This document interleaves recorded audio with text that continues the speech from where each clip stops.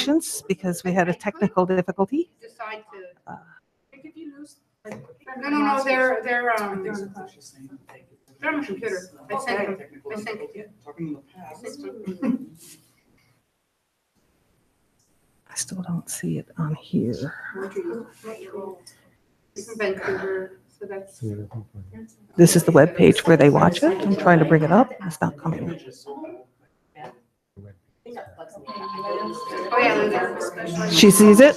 Okay. Okay, I don't need that anymore. So there's talk to, and there's the. Okay. We're on air now, so.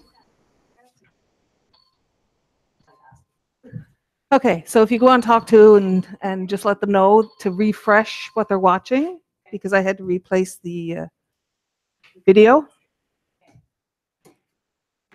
Apparently for our last evening live, we needed some drama. That's what I just said. I thought that was the traffic and the weather. Drama. All right, focus on your breath.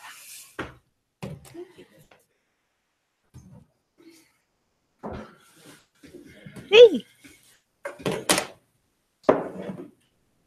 And I'm on? Yes, I'm on. So check and see, make sure people can hear me.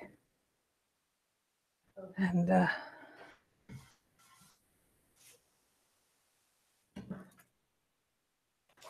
so funnily enough, we don't have a specific agenda for tonight. Twice I checked in to see what I was supposed to be doing tonight, and it was a blank. That usually means we're doing either something that's going to pop out of my mouth when I get here, or Q&A. So if you want to ponder, and folks at home, if you want to ponder a question, I will go fishing for questions. So you don't have to be present, online at the moment. I will go find questions. So think about if you have one, if you want to ask one, and let's do some cell breathing. Okay. So you can, if you want, you can start with one cell and find that spark of life force at the center of the cell. Breathe light into the cell. As you breathe in, the light expands. As you breathe out, think flush. Think flush. As you breathe into the light. As you breathe out, flush.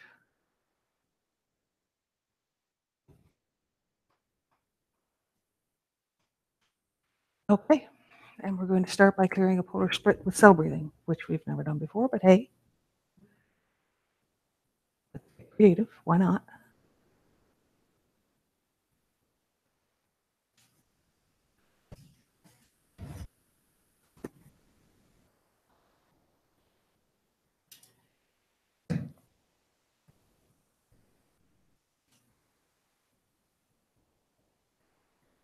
Yeah. Yes, we're all good? We're getting there. Everybody's not sure they're all good? No. I think I'm asking for their feedback. Yeah, and just get them to refresh the screen and start playing again. I had to replace the embed code for people who know what that means. The embed code. So you have to take the broadcast and embed it in the website. So it got broken, so I had to redo it. You know how to do that. I do. Well, I have them all set up for next year already.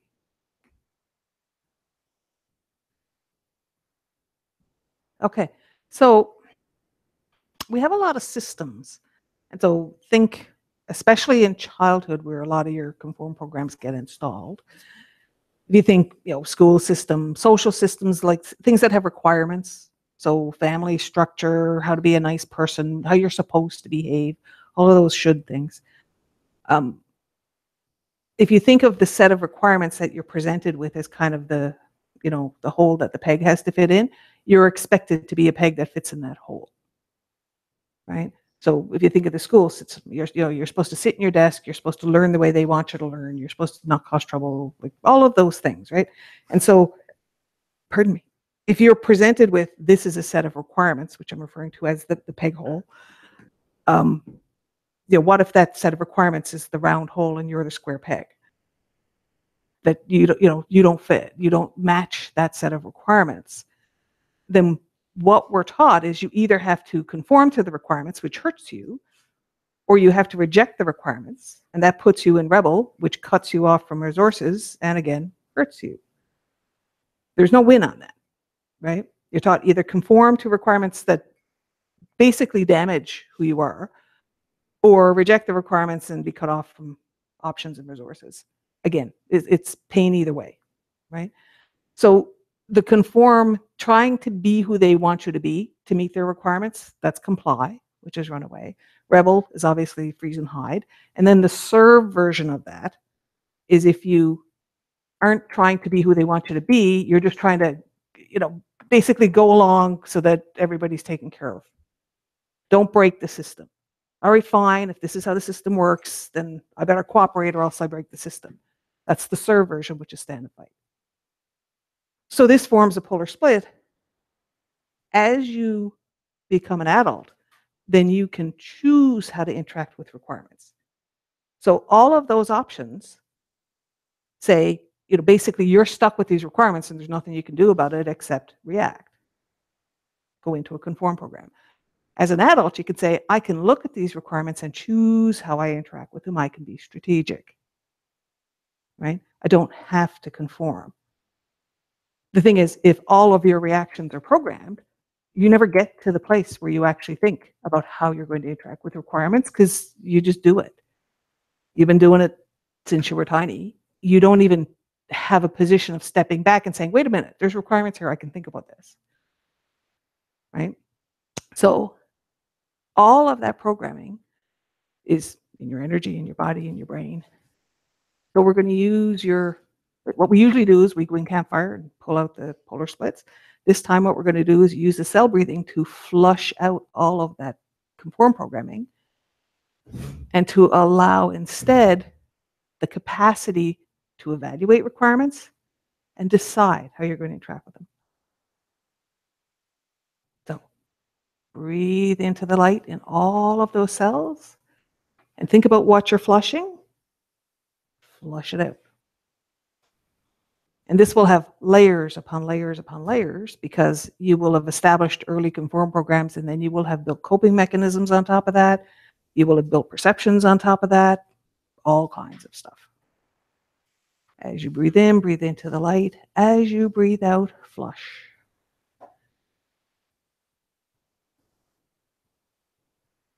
It's interesting. I discovered I watched 3 movies in 1 week, and they were all movies where somebody who had done great things for people then got called wrong and rejected. It was really interesting. It's like, okay, do you think there's a theme? And one of them was Superman versus Batman. So it was Superman was basically the public and in the form of the government was saying, well, he's got all this power and basically there's no control over him, so we should have control over him. Okay, but he saved you from the aliens and all the other stuff. But they were just angry and upset because he had power they couldn't control. And it's interesting because watching it, I was thinking, but he's the one with the responsibility. He's the one who's got to decide what to do when he acts. So, bottom line, the decision has to be his. And yet I completely understand why they're afraid that he's making the decision. They may not agree with his choice. Too bad. And so there were 3 different versions, and they were all movies that were that. They were all movies where somebody who had the ability to do something that was saving people was then called wrong because somebody else wanted to control their abilities. And I thought, this is the fundamental thing that we do with our conform programs, because everybody does that. Everybody wants to control your choices. Everybody wants you to do what they want. No matter what, they want you to do what they want. Even if they're wrong. Even if they know they're wrong, they want you to do what they want. Because it's what they want, so it must be okay. Right? So think about that as you're breathing, because all of that programming is there and you carry it. They want you to sustain their lies, whatever their comfort zone lies are. They want you to keep them comfortable. They want you to sustain their self-image, whatever that might be. They want They want to believe what they want to believe about themselves. And, God forbid that you should say something or do something that contradicts their self-image. So all of these programs that we have, which are, there are requirements and they exist. And what you're programmed to do is conform to them. Whether you do it by trying to be who they want you to be, or rebelling, or trying to serve the requirements, regardless of how you do it, they're all conform programs. They're all coming from fear, and they all hurt you.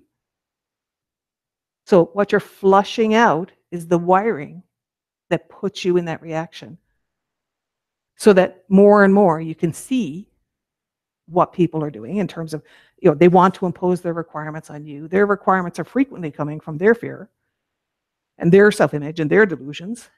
And it's allowing you to recognize what's going on so you can choose how to interact with it. I mean, you've heard me say lots of times, if you challenge someone's self-image, they will hurt you. They will hurt you. They will attack, no holds barred. And so you may decide to take that fight on, or you may decide that you don't need to challenge their self-image. You can just carry on doing what you're going to do and let them believe whatever they want. You may take on the fight. You may walk away from it. It's you. What you want is the capacity to decide, the capacity to see their requirements and choose how you're going to interact with it. Right?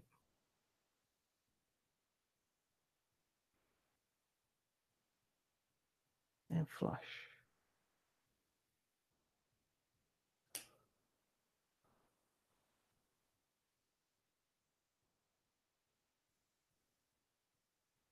I'm going looking for questions.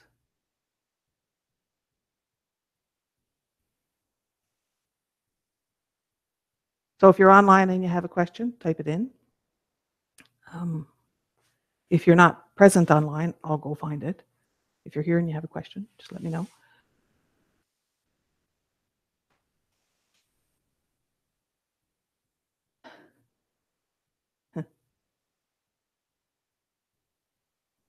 You can tell we're going into that holiday season where a lot of people are interacting with people they don't interact with a lot, right? So I found myself this week, I've been talking a lot about the price of interacting with people, because it can be challenging to decide that you actually choose to interact with people. It can be a lot easier to say, screw all of them and have a cat, or have a part-time cat, or get new cats, right? I saw them. Right? And it's really easy to do that, to say people are too expensive. And they can be. They can be very expensive. And I think it's critical that you tell the truth about what the price is. I mean, there's a fundamental price, which is if you spend time with people, you're not doing something else, obviously. And that's the same thing of, you can have tea or coffee or water or juice or whatever one you pick, you didn't have the other one. That could be, it doesn't have to be negative. It's just tell the truth that if you had the one, you did not have the other. Every time you make a choice, you eliminate all the options that existed when the choice was available. You eliminate those options, and that is the price. That's the price of the choice. Every choice has a price, and the price is what gets eliminated. So just by default of spending time with people, you're not doing something else. And so it's important to tell the truth of that price, because if you don't tell the truth, then you hold grief. That's how wounding occurs. If you don't tell the truth of the price, if you don't grieve what you didn't choose, if you don't acknowledge, okay, that price exists, I pay that price. If you don't tell that truth, then you hold it inside you as a wound. And then it becomes an anchor for gestalts and held emotions and all that kind of stuff. So think about the fact that over time, sure, you've made lots of choices without thinking about what the other options were. So think about letting those flush. Breathe into the light and all the cells. Flush it from your tissue. Flush it from your patterns. Flush it from your body. Just think about flush. Flush. And just like doing unlock, the more you flush this kind of stuff, the more you allow a different possibility to occur. Like you could actually interact with people and enjoy it.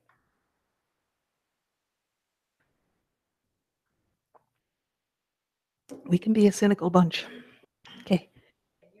Yes. Catalan asked you to go fish. Okay. I can do that.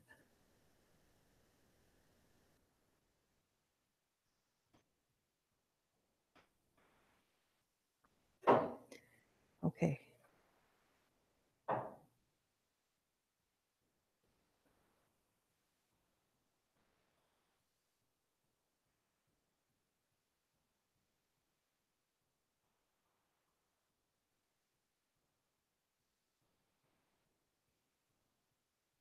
So it's about how do you forgive people who cannot validate, who cannot appreciate?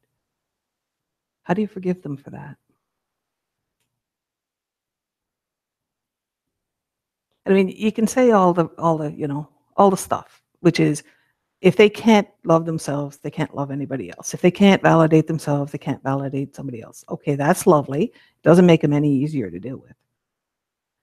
So the reality then becomes, why would you interact with people who can't? Why? What's the point? Sometimes it's family. Sometimes it's work. Sometimes it's places where you feel an obligation, right? So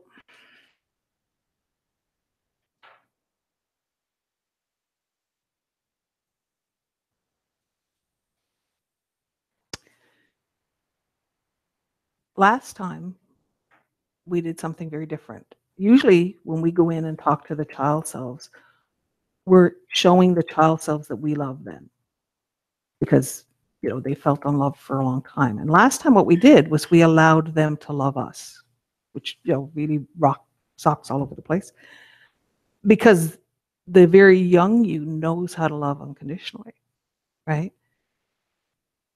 And they don't hold back. So they know how to just love you exactly like you are. And they don't care about shoulds. They're just little balls of love. So that was kind of cool. And so one of the things is that if you're interacting with someone who can't appreciate, can't validate, can't see outside their own whatever story that they built for themselves, it's a reminder to go back to that child self inside you and do love, to give love to them, because that's what they've been living with.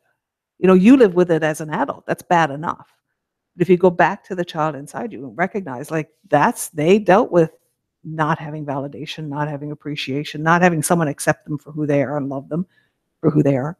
If you go back into that child and say, okay, I had this experience today, so let's make sure I give you love and you love me so that we can do that for each other. So that every time you feel that sense of, people are stupid, which I got to tell you, that happens a lot, right? It becomes a reminder. Because when you feel like that, when you feel like, God, why are they like this? It means you're feeling not appreciated, not validated. You're feeling that like you can't connect with these people. So go where you can feel the connection. Because what we feel is a magnet to manifest. And so when you're feeling that unappreciated, unvalidated state, then you attract more of that. If you go back in to the child and do that love exchange and do the appreciation and do the validation, then that's what you're feeling. And that becomes the magnet and that becomes what you attract. If you do it with the child, then you can feel love for the child can feel love for you. Then instead of feeling all this frustration with the idiots, you're feeling that connection. You're feeling that, and then that becomes the magnet that allows you to attract that in your life. Right? Will that help with guilty feelings of not inviting them for Christmas dinner? So why would you feel guilty? Just tradition, just obligation. Well, no, I said, why do you feel guilty? I didn't say why did you not invite him? That part was obvious. Sorry. Because the family. Yeah. You're Okay. So supposed. you're supposed to. So if it's supposed to, then you have to go back, and this is key. You have to go back to where that supposed to comes from. So does the supposed to come from your role in the family, right? Does it come from their requirements on you? And it's important when you're clearing requirements to remember there's requirements you feel as a person, and then there's the requirements on the role, and you have to do them each, right? So requirement on the what? Role. In the role? Yeah. So for instance, if you're the good daughter, you're supposed to have them all over for Christmas dinner. So you can clear the requirement from you that you should have them all over, and you can release it. But you have to also clear it from the daughter role. If you don't clear the requirement, there's another anchor in the role. Okay. And so you have to look at what are the role, where is it anchored in roles? It could be anchored in wife, it could be anchored in mother, it could be anchored in, and so it's always, the role will have its own requirements, and you have to make sure to clean them up too. So that's why you can feel like I've cleared this and feel like, well, then why is it still there? Well, because it's attached to your position as daughter or your position as daughter-in-law or whichever, wherever you've put it, it's still there. You can use the line thing to follow it down and say, where is it attached? And it could be many places, right? Okay. So Pat's suggesting that she's feeling very validated these days. Good. Actually not even needing it, validating self daily, filled with gratitude for my life. Good. So this is obviously cleanup stuff. And it may be because of the holidays, because I looked and that's what you told me. Right? Sarah also asks you to go fish. Okay.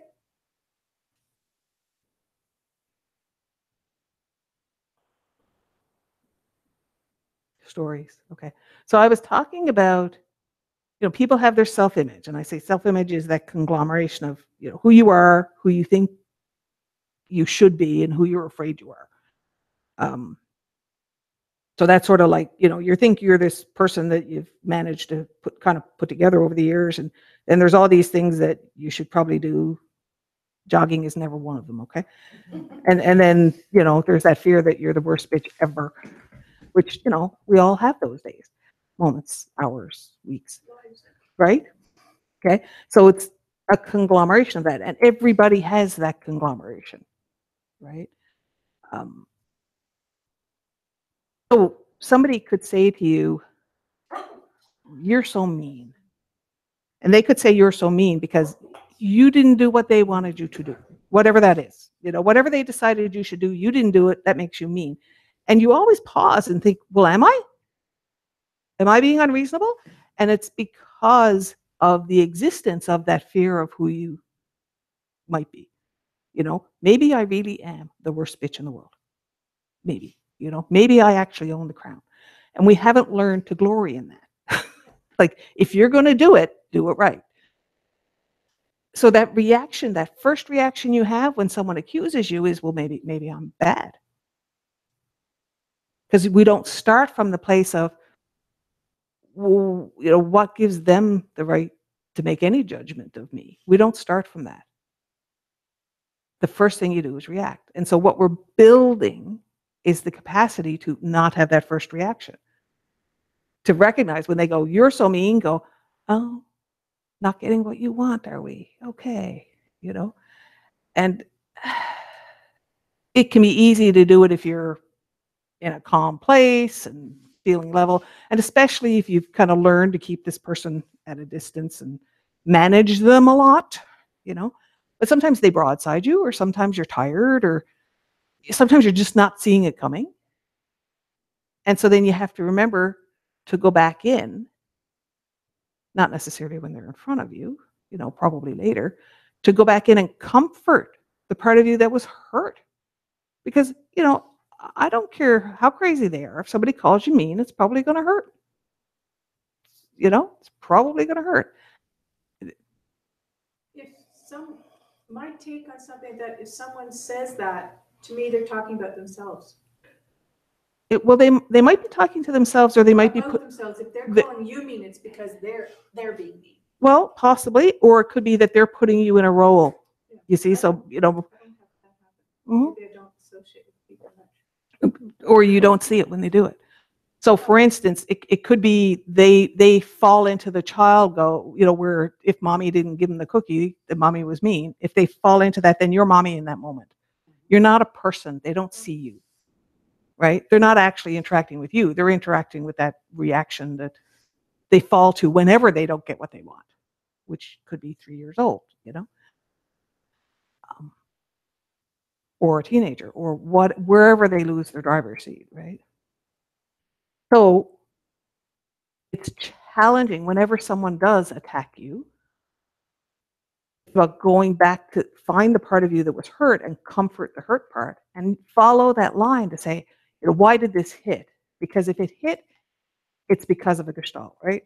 It means it's bringing up when mommy wouldn't give you a cookie. It's bringing up when, you know, your brother kicked you and called you mean. It's bringing up previous experiences. There's a wound there.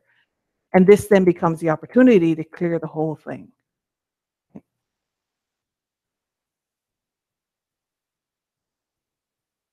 Just huge opportunity to clear the whole thing. And to recognize that everybody will do that sometimes. Everybody will have those moments of lashing out and may not even realize they're doing it. And if they do realize, they probably feel justified. They probably feel that they're right. That's their perception.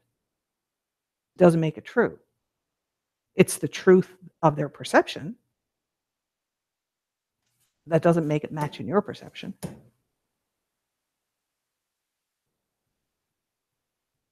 So always you're looking at, if they, you know, if they say, well, you're mean, you didn't do what I want, they're making you into their villain because they either want to be your victim or they want the hero role. Because that's the dynamic people do. So if they're calling you the bad guy, either they want to be the victim or they want to be hero. If they want, and frequently when people want to do hero, they want to do broken hero. I'm trying so hard to be good to you, and here you are being mean to me. That's broken hero. Answer is always the same. Thank you. And that's the truth. Because that's the crux of codependent interaction. They try to impose whatever it is they want to impose on you, and then they resent you for not accepting it. The opposite of that is that person. Opposite of that, my brain can't seem to touch right now. Okay. What would that be, victim or? So Nancy's describing a situation where somebody's saying, I did something for you, so they're playing hero, and you're the bad guy. Okay. You didn't appreciate it, or you didn't do whatever I thought you should do to pay for it, basically. Because so if they want me to be the broken hero for them, So they're playing broken hero. then no, I think I'm thinking I think it's the opposite. Where I think they want me to be broken hero. Okay. So if they're saying I did something for you and you didn't do what I wanted, you didn't appreciate it, you didn't accept it, you didn't jump through hoops, whatever it is they want. So they're saying broken hero because I tried to do something for you and you didn't pay properly. They're in broken hero, so you're either victim or villain. So victim would be, well, I tried really hard to appreciate. Villain is, I didn't ask you to do it, so don't expect me to pay. Right? I've had practice with my sister. Right? It's her. It is her pattern, and it's her pattern to make you into the villain. Right? Like, okay, I've reached a point where it's like, Like, okay, sure, yep. whatever. Right? And generally speaking, the codependent thing is like it goes with, like, you kind of have, you need a narcissist at one end and the codependent at the other, because then it can't, like, not necessarily like the full-fledged psychological version of the narcissist, but it has to be So kind of energy of. what happens is they're trying to impose their perception on you. So typically when it's a narcissist, they don't see you as a person. So a narcissist won't see you as a person, so doesn't even recognize that you have emotion. You're just a placeholder for whatever they want to play out. Okay? So they may be strictly codependent as opposed to narcissistic because they may be saying, I'm trying to care for you, but they're disregarding the fact that this is not how you want to be cared for. It's still, like, they're still sincere in their expression of caring. They're just caught in their own perception, right? It's whether they actually see that you're a person or not. So you can say, well, wait a minute, if they're caught in their perception, they're not seeing me as a person. It's not always true because sometimes all they need is a smack and they wake up, right? No, this is not my idea of a good time. Oh, and they come out of it. If they come out of it, then it's just they're in their pattern and they didn't realize. If they're narcissistic, if you say, I don't want that, then automatically you're a terrible person, right? Because you broke their shiny halo, right? Quote, there's something wrong with you. Yes, right? You didn't accept what I want, so you must be the bad guy, right?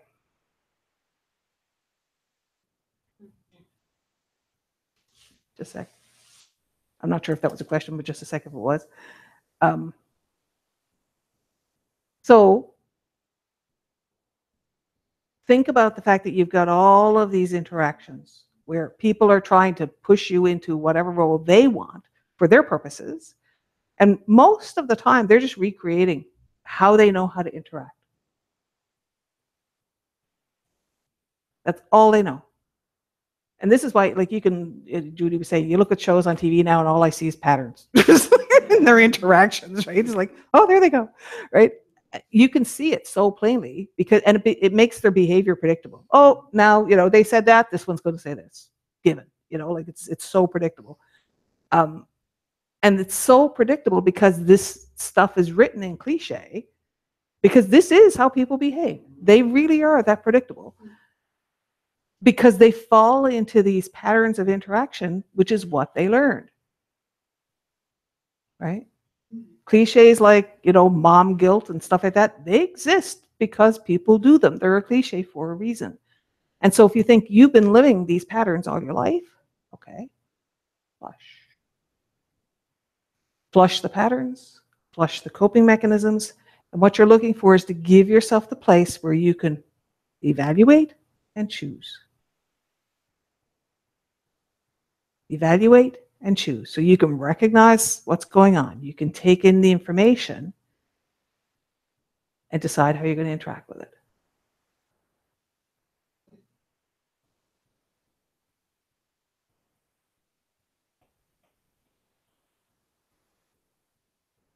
So whenever you're in some kind of an interaction, chances are good someone's trying to make you their victim, villain, hero, or broken hero. Right? I love it when they say, oh, I wish you could help me, but I know you can't. Perfect. Broken hero. Like, stick broken hero label right across your chest, because that's what they're doing. That's when I say, I agree, bye. Yep. Oh, yeah, absolutely. It's well, I hope you feel better about that at some point.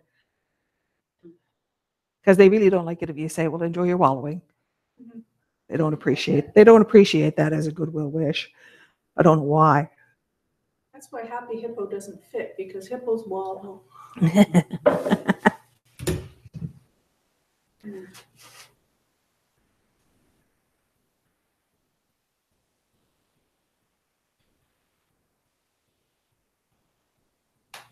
So it's challenging because if they're trying to force you into one of these role dynamics and you're not cooperating, they won't like that. Because, for instance, if they're trying to make you the villain, that means they either want to be hero or victim.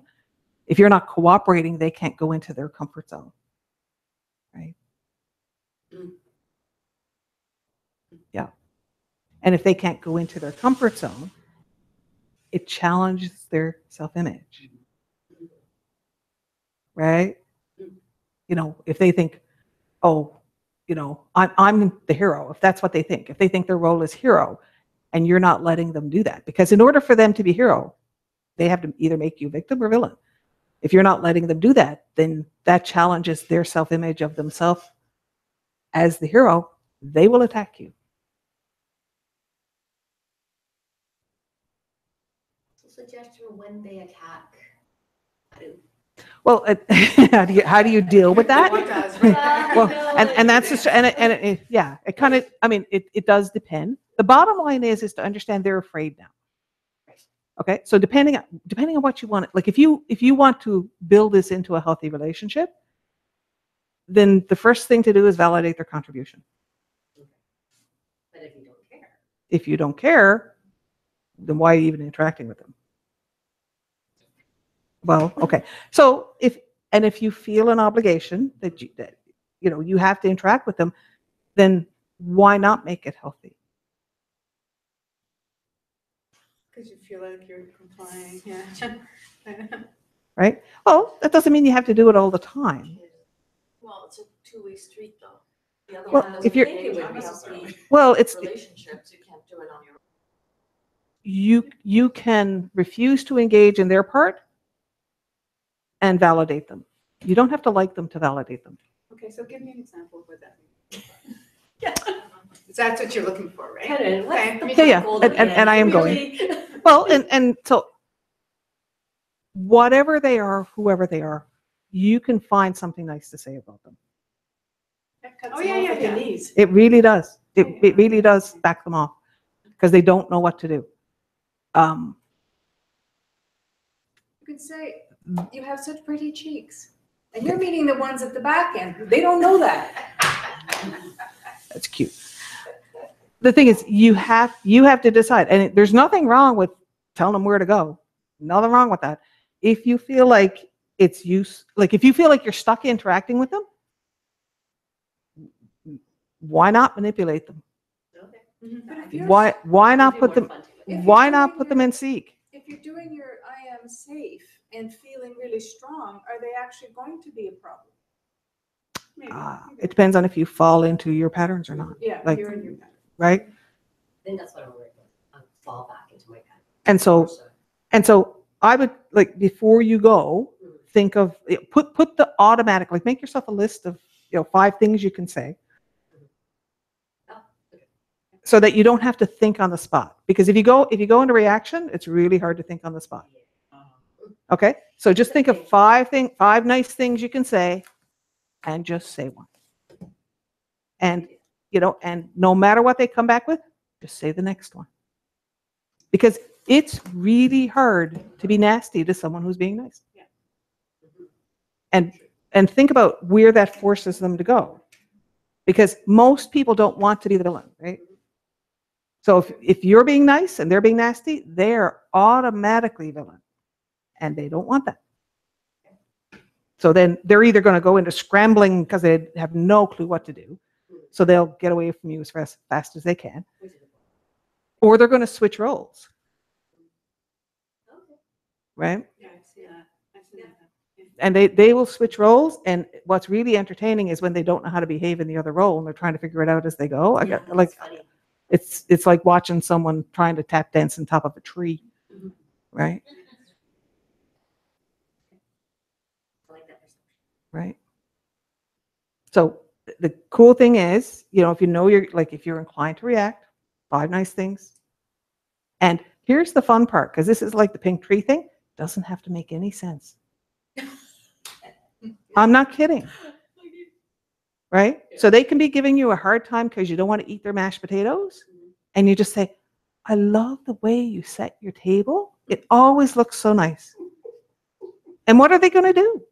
Keep giving you a hard time about the mashed potatoes? And whatever they say next, no matter what, you just say the next nice thing. And you've disrupted their whole, because they have a script, right? And their script is a pattern, and they don't know what to do when it's broken. And like that Ally McBeal, in your head, you're going, the mashed potatoes right into their face. You know what's fun is you can do that. You don't have to. Because frankly, if you're not afraid of them, because you've got the situation managed and you're watching them tap dance, you don't have to be in that anger place. You can just Well, I stay. think anger affects. Yeah, well, and you absolutely can, or you can just stay in that peace place, and if you can do singing bowl and just radiate love, and then they all get really confused. And if it's at your house, put on the meditation thing on with no. They get sound. really confused. Well, you can. Yeah. You are capable. Sorry? They, I've They're seen, staying long. I've seen it happen. You don't want that. No. No, Prickly chair. You put away the comfy chairs before they come, so they don't stay long? pretty funny. It is. It's a really good idea to have somewhere you have to go. Yes. I like the idea of making it entertaining for myself, because when you go like, deal with reason ever, Yes, if it's not entertaining, then it's almost like there's no reason yes. to really, at least in my perspective. Yeah. Maybe somebody If else. it's like practice, it'd be mastered. That's right, yeah, you know, Right. like, okay. I always think of it as practice of discovering myself. It is. It truly is. It's like, okay, who do I want to be in this position? You know, and how do I come back to being my best self? And truly it becomes about not letting them dictate who you are. Right? So, are we okay? Do we have any other questions over there? Okay, I will go. Just ridiculous amounts of muscle tension, like a film over my eyes, like for months. Like, what is that? Oh, you're going to open up another level of seeing, so that's cool. Yeah, 'cause like it feels like it's something related to something like, Yes, it's one of and those. like is the muscle pain like just me kind of like. That's exactly what it is. So, I feel like I do that too. Right? So that's you summed it up beautifully. So it's the film is you're getting ready to open up another level of intuitive vision, and you're terrified. Yeah, because like I have clear knowing that's really easy for me because it's like it's not a danger or whatever. I think it's clairvoyance because that would make a lot of sense related to the eyes, but it hurts in the ears too. It's like the whole. Yeah, I don't think it's that simple. And stop trying to put it in a Yeah. box. So just let it be whatever it is, and you'll discover as you go. The thing you need to do to calm your body down is to decide, first of all, you don't have to tell anybody. And how will you protect yourself from people finding out? Because it's very tempting. Like if you get new vision or whatever, you go, oh, now I want to tell everybody and show them what I can do. Don't do it. Yeah, no, that does not. Yeah, don't. And so think about how will you protect yourself? Third eye always has an eyelid. How do you turn it off? So decide, if I open this, then how am I going to turn it off? What's the shutdown cue? So set it up so that it's safe, and that will calm your body down. Okay. Then you have to do the whole rigmarole, the whole rigmarole, which is all of the steps of you have to forgive people for not listening. You have to let go of their outcomes. Because if you know a whole bunch of new information, you have to do all of that over again. Because everything is in the moment. The decision you made in the past to let go of their outcome doesn't apply to this moment or the next moment. You have to keep deciding, right? So it'd be really nice if you could put that in place and just leave it there, except that we're all about choice and free will and, you know, those things that really contradict patterns, right? So they can be really useful for brushing your teeth and stuff, right? And, did you have one before? Because you were just asking that the. But I'll wait till wait till you're done. Okay. And did, yes. Goldfish. Okay. Go crazy. And then you. I do that.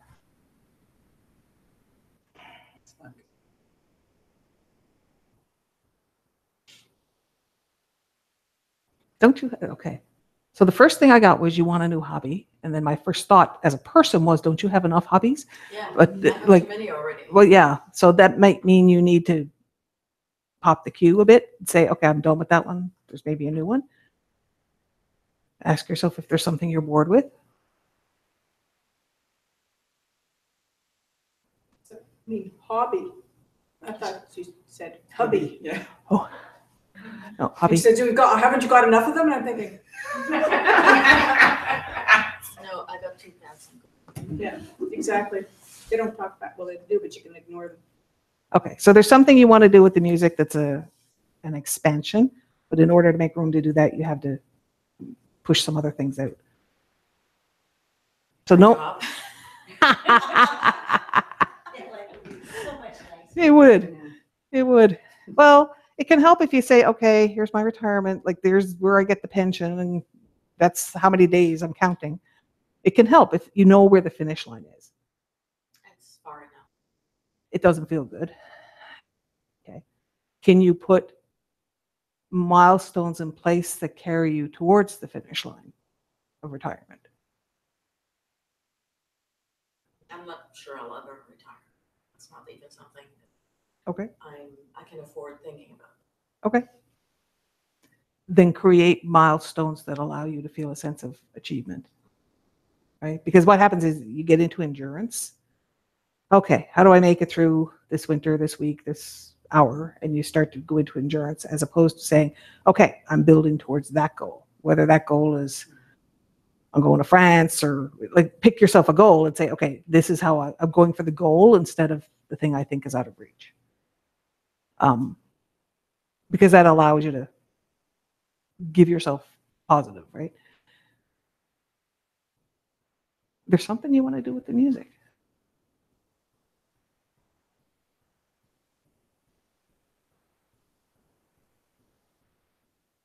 Knowing you're thinking about this. Like, this is what you do. You're thinking there's something you want to do with the music. You know what it is. Like, Oh, I've been told repeatedly that I'm at a point where I need to put my own show together. then why wouldn't you do that? Time is one thing, and self-assurance, and getting used to doing things solo. And yeah, moving towards that. The thing is, you could say, okay, I'm not ready yet, but you could say, okay, I'll make myself a goal for 3 years from now. And these are the milestones that I can make so that when the 3-year period comes, I'm ready. So it doesn't have to be next week or next month. It's, can you break it up into chunks that feel achievable? And if they don't feel achievable, why not? Like, how can you break them down further? I mean, you know how to do that. It's deciding you're willing to. It's project management. It is. So it's deciding you're willing to project manage that goal instead of saying, I'm not ready for that. Because if you just say, I'm not ready, you never move, right? So what do you need to give yourself permission to project manage it? I think I'm getting there. This fall, I took different group courses. One on confidence and performance. Monday night, we had with the choir our dress rehearsal. It was sold out. The church was completely packed, Nice. and I had a solo. Nice. Soprano style. Wow. At the real show, it's going to be a real soprano, but I was standing in for her. Yeah. So I'm getting there slowly. I wasn't sure if I could do it, and I'm like, okay. So what's a real soprano? Because you're not an imaginary soprano. So Okay. Okay. an opera singer that actually earns a living doing that, Ah. as opposed to me who does that Ah. Okay. So a name, in my spare time. For joy. right? Okay. Midi Chrétien was quite funny. I'm not religious, and it's super religious, but I thought I, what's the word? Made my peace with it Yes. by saying that it's part of my cultural heritage. That's a good one. Yep. And you can respect other people's joy in it, Right. right? Because Ave Maria chokes me up. I don't care, Yeah, me too. right? Me too. Like, Midi you know. Chrétien does the same. right? So And people told me after that they got shivers. See? Yeah. See? That's lovely. Awesome. You brought Yeah. joy. Yes. So I've worked on that this fall. Yeah. Getting past being, fear of performing. Yeah. Failing, looking ridiculous and all that. Or succeeding beyond your Yeah, fear of successes. so it's coming. Yeah, it is. It'll take a bit of time. I think if you do that, if you chunk it, then allow yourself to succeed at the steps and celebrate the steps, that will help you build your willingness to do the steps, right? It's hard when it's one thing to be the project manager. It's another thing to be the customer, because you're both, right? Right? The supplier and the customer, right? So you have to kind of let yourself have both roles, like to say, okay, as a customer, what do I want from this? As the supplier, how do I provide this? And that'll help you identify the different pieces in another way, Right? And another hobby, I used to paint and I miss it, but right now with the music, I don't have time. I'll get back to it at some point. Well, and it may be allowing yourself to say, I'm putting that aside. That may be the thing that, because I said there's something you need to make room, you know? So it's if you're saying, well, I wish I had tea, at the same time you're trying to focus on this, it does create conflict. Right now I'll have tea later. Yeah, and that's okay. It's tell the truth. I do want the tea. I'm comfortable with my choice, right? Otherwise you build regret. Okay.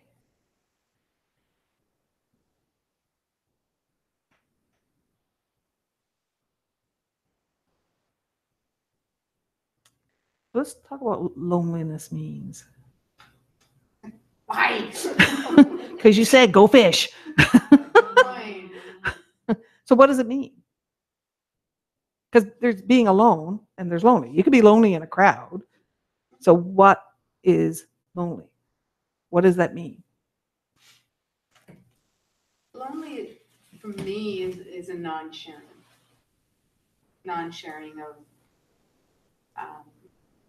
of life, you know, of life chores, of life play, of life is doing that, and I have an opportunity now to not be so alone, and it terrifies me. He's solid. He's an awesome guy. Yeah. And I'm going. It's okay for you to take your time. It's okay for you to be cautious. Why wouldn't you be? I'm not. Yes, absolutely. I completely agree. I feel that I'm more avoidant than I'm cautious. Yep. And so avoiding means you don't trust yourself to cope with whatever pain may Absolutely come. not. Yeah. Okay. Absolutely not. So, I mean, you've been hurt before. It didn't kill you. True. Okay.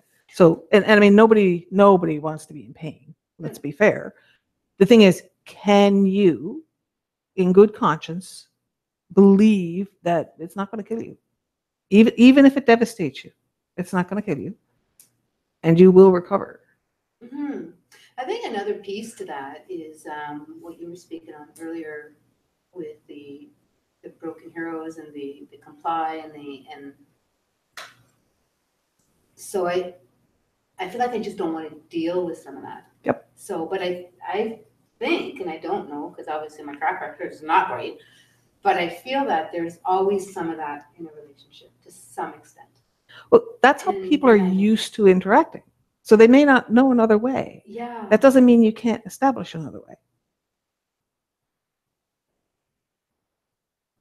So like a really corny example, just, you know, so people tend to, if you go to someone's house, you know, when they let you in, some people leave their shoes on, some people take their shoes off. Some people say, leave your shoes at the door, especially in this weather. You know, those are typical interactions. Okay. But you could start a whole new thing where you say, you know, when you come in my door, you wear a purple hat. So I have a stack of purple hats, pick one, you know, while you're here, you wear a purple hat. They either conform or they don't. They say, I don't want to wear a purple hat. Well, there's the door, because in my house, this is what we do. You're allowed to establish new patterns of interaction. The challenge you have is you may not know how to do them. Well, I think I fall into that. That's just exactly it, right? I fall into reaction. Because it's normal. It's For example, this summer at one point I said, oh my gosh, I could never move to your cottage. You don't have a bath. A girl needs a bath. It was only a joke because I'm putting in a bath in my house. It was just a thing. So 2 weeks later, when I come back to the cottage, he's put a bath. Okay, so it's outside. It's right on the lake. It's beautiful. I'm thinking. So in that moment, I went, whoa, dude, what? And then, you know, are you gonna have a bath? No, because I don't feel like a bath right now. There are bugs out. I don't want a bath. And it was this, well, I put in a bath for you. Okay, bang. I don't want a bath. So I kind of want to deal with that. Yeah, I know, I see it. It's a broken. I didn't ask you. I didn't ask you for the bath. Or it was a joke. He really wants you. So I said, Exactly, Ask but I for didn't more. ask for the bath though. Like I didn't ask for the bath. And I don't know, it sort of created a little bit of a thing for just a few moments, not huge. And like those impositions, I fear them. I know I fear them, and I fight them. Yep. So I end up doing, okay, you know what? No, I don't want to play this game. Well, So- no, I end up saying I don't want to play with you. Right, absolutely. So, there's a very real thing there where you have an opportunity to say to him, okay, so yeah, I know I said there has to be a bath here for girls. I didn't expect you to put one in. I understand you think you were doing me a favor putting one in, but now it feels like pressure. It's okay for you to say that, Yeah, right? right? Why not? Why not? And so the reason you would hesitate to say that is because what we're taught is somebody gave you a gift. Now, Shut up. I know. not only be nice, but Use it. pay for it. Yeah, like Pay there's a for price to it. pay for this. Like, In his Right. family, was that how the women got things done? The passive aggressive? Oh, I'd like to have that. no. Yeah, it Maybe doesn't- that, maybe he heard you say it in his mind. Well, Maybe- what I will say is, for most men, they're looking for an opportunity to please you, and they're like puppies. Okay, yes. Okay. Yes. And so, and then when they do the puppy thing, and they're going, oh, look at your bath. She wants a bath. Now I can give her a bath. Right? It was a little Boing, bit of boing, that. boing, boing, puppy. And then they sit there and wait for you to pat them on the head. You know, I You could smacked the puppy. No, I did. No, I patted him on the head. No, Right? seriously, I patted Yeah, him on the head. Right? Because you don't want to break that. Like, it's really No, useful, when frankly. I thought, hey, dude, I'm like, whoa, that's a lot. But I did that. Wow, it's so pretty. Yep. So cool. Yep. Yeah, no, I did Okay. that thing. Yep. When he was like, you can have a bath. Bit. No. No. And it's okay to say, okay, now I feel pressure. I know. Now I feel pressure. And it's beautiful that you did that. You just have to let me interact with it on my own terms. I want the opportunity. I don't want the requirement. It's okay to explain. Oh, I like that. I want the Yeah. opportunity. I don't want the requirement. Yeah. I think that's where the line is. You're right. Yeah. Right? And you're right. I can absolutely voice that. Why is it that my voice box just shuts off? Because you were taught that when someone gives you a present, you be nice, you accept it, no matter it could be a poison snake, and you're still supposed to say thank you. Not only allow yourself to be bitten, but be glad of it. Be glad that you got bitten, and pay. Pay Yeah, and pay and pay, probably forever. Forever. Mm-hmm. Because 27 years later, they'll say, remember that bath I got you? Oh God, no. You know, they're like, what, that shitty thing full of bugs? Right? Yeah. Oh, Yeah. that's funny. So you have to be able to say, opportunity, not requirement. You have to say, okay, that's lovely. I'm not paying for it. You don't have to say those words, but Mhm. you do have to say, I'm not paying for this. Mm-hmm. Right? Isn't that also part of being responsible? Yes. Yeah. Yep. Yeah. And so I'd rather not have to struggle at it. And this is when I end up going, well, there's 5. And I don't want to do that. He's a really cool guy. Yes. And so the key then is recognize you didn't cause this. Right. Okay. You didn't make him decide to put the bath in. He's doing the puppy thing. Right? Pardon me. You have to recognize this was your effect, unintended or otherwise. It is your Yes, effect. It was. Okay. Yes. So then you have to own that and say, okay, now what? Right. I don't accept the requirement. I love the opportunity. Thank you. Mhm. Right? Mhm. It's always, and men are so fragile. Yeah, what is up with that? 'Cause Right? Seriously, I mean, he's landed on the X more often than a human should be allowed. Okay. He's survived all kinds of stuff. Okay. Why this? Okay. And now we go back to self-image. Self-image. Who they think they are, who they think they should be, who they're afraid they are. Think about that. Yeah. Yeah. There's 2/3 of that are not okay, that are not good enough, that they don't feel good about.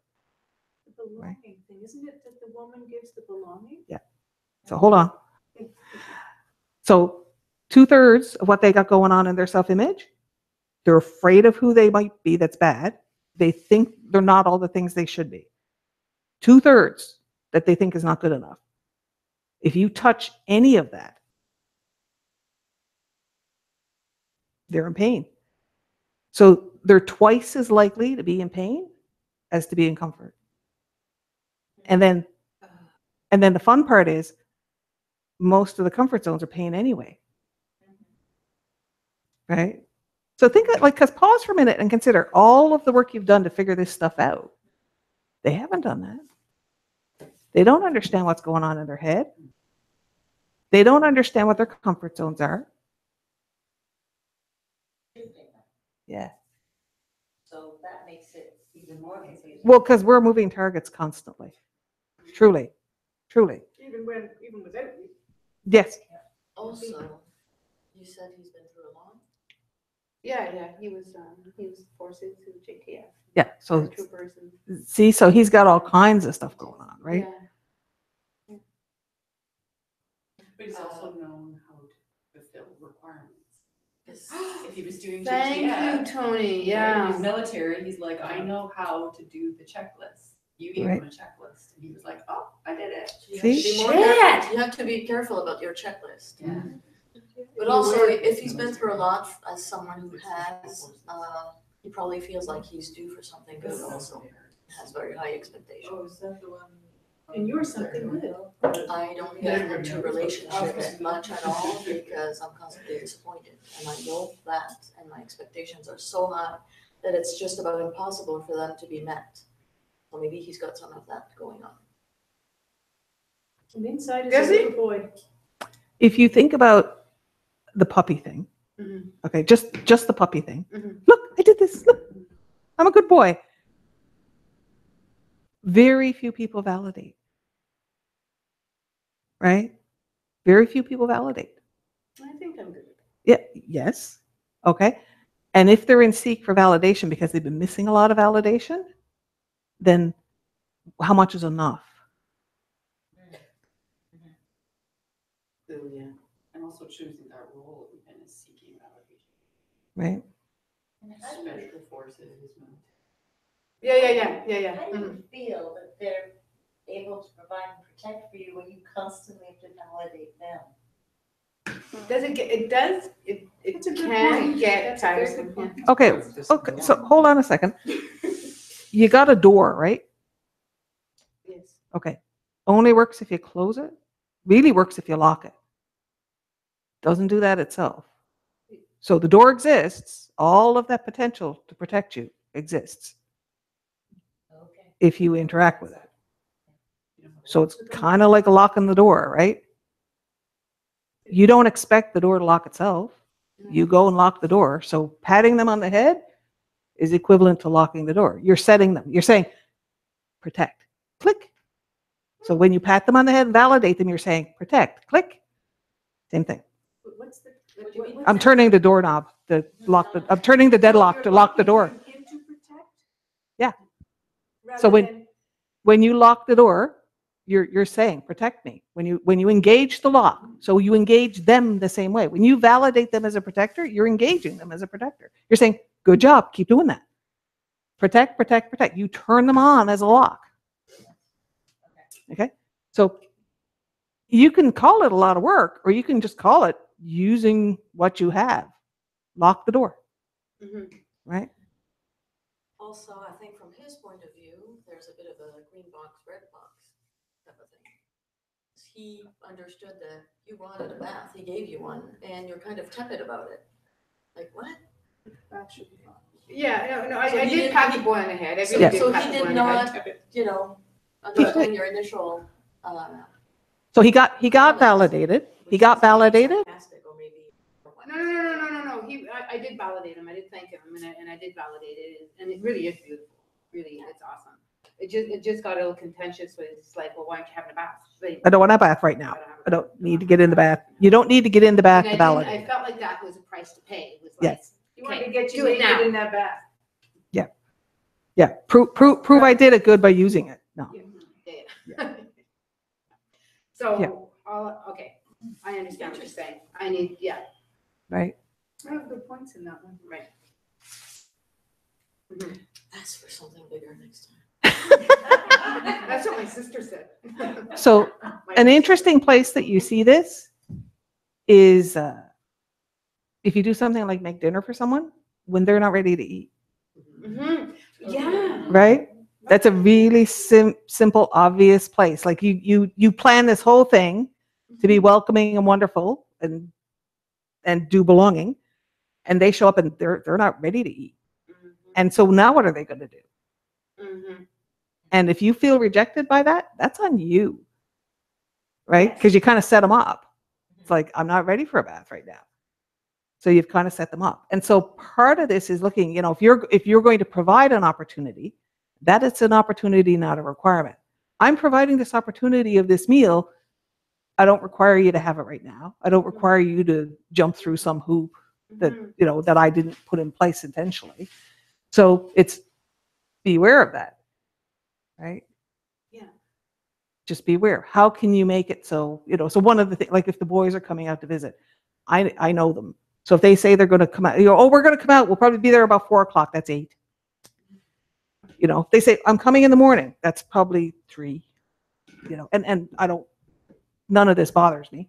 But what I'll typically do is pot of chili, pot of soup, something that can just be sitting there and either they can heat it up, or whatever. And I mean, when they come, they tend to bring Costco. Like they bring coolers of stuff and then I have to take it back. There's only 2 of us. What are we going to do with all this? So they get into this fun thing of like, they want to do provide. So they'll, they come out for one night and they bring 5 pounds of bacon. Yeah, well, there's, yeah. Right? Costco. Right? Well, and seriously, they bring, they bring They still want coolers mom- full of they stuff, still want mom to do the chili because that means home. right? And They so don't have to there's eat it. the have to know belonging it's there. piece. There's the belonging piece. So I was focused on the self-image piece because that was important. Yeah. Margot mentioned belonging. Yes, that's piece of it because depending on who you are and what the role is, they're looking for the belonging. And so how does a guy seek belonging? He brings home a buffalo or a bathtub, right? So he's saying, you said in order to get belonging, there needs to be a bathtub. That's what you told him, right? I know, but it Right? was in context of a Yeah, joke. yeah. I get it. I'm not criticizing. So the key then is what he's saying is, I want a place at your fire. What freaked you out is you're not sure if you want them at your fire. You do, but you don't. I do, but I'm afraid to, yes. you're Yes. right. Okay. So that's actually the problem. It wasn't whether you had a bath or not. It was that he's trying to buy his way in, and you're going, I this- don't this- even know what the currency is right now. right? Like, okay, so just be aware of that. So ask yourself, what does that belonging take for you? Like, what is the price of belonging for you? Because, Oh, you're right, I've never established that. Because I've always avoided it. yeah. So what is the price of belonging? You establish it's not a bathtub. And what, right? And what is the price on you if you give belonging, That's the biggest fear. right? Yeah. So you need both. Yeah, You need both ends of it. Price or cost? Okay, if it's cost, then it's sacrifice. And that doesn't make it wrong. It's a choice. It's just be aware, right? So I said price. Well, and that's the next step because you have to know your requirements for giving belonging. You have to know what your requirements are on you if you're providing belonging. And then where is the line for cost? Because it's on you not to let it be cost, That's responsible. Cost is a sacrifice. right? It's on you to say, I don't feel like a bath right now. And that's okay.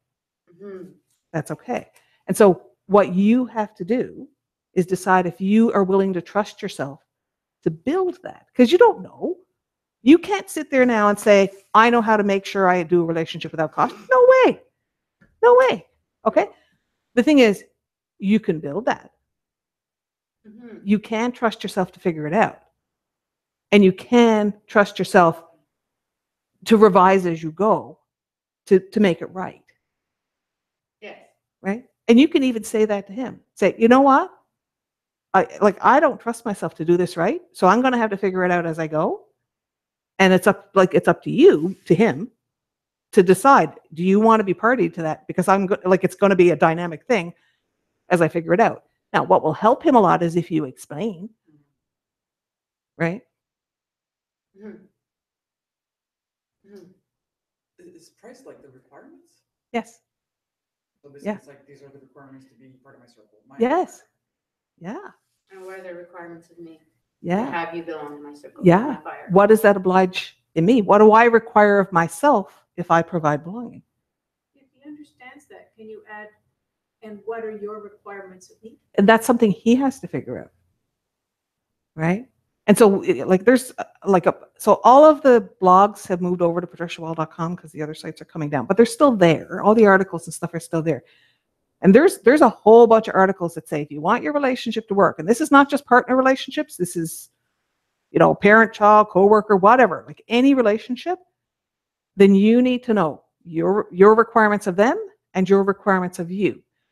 And the key thing is, if you haven't defined your requirements of you, they're going to try and impose their own idea of what you should be for them. And you're screwed if you haven't got yours identified.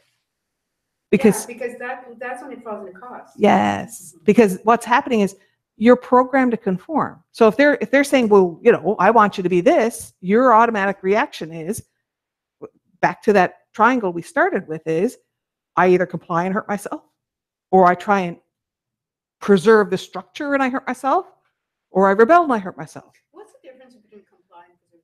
Isn't it the same? So comply is when you try to be who they want you to be, which is you lose yourself. Yeah.